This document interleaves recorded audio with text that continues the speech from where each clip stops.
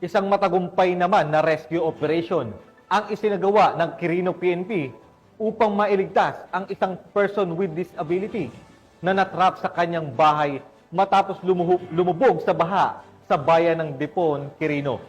Nakatutok dyan si Patrolwoman Lainey Lorenzo. Isang matagumpay na rescue operation ang isinagawa ng mga tauhan ng Quirino Police Provincial Office sa pangunguna ni Police Colonel Augusto P. Bayubay, Provincial Director, kung saan nailigtas sa tiyak na panganib ang isang person with disability sa bayan ng Dipon, Quirino nito lamang ika-11 ng Nobyembre ng taong kasalukuyan.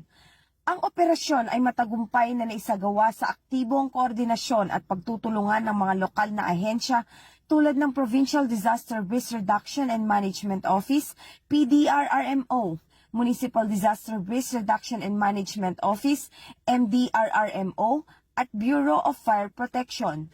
Ang matagumpay na pagsagip ay nagsilbing patunay ng magandang ugnayan at kooperasyon ng mga ahensya sa pagtugon ng mga emergency na sitwasyon, lalo na sa mga nangangailangan ng agarang tulong tulad ng mga PWD.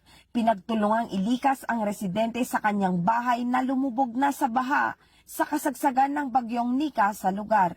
Ang nasabing operasyon ay isa lamang sa mga hakbang ng Quirino Police Provincial Office at ng buong hanay ng kapulisan upang matiyak ang kaligtasan at kapakanan ng bawat mamamayan sa lalawigan at kanilang mga bayang nasasakupan.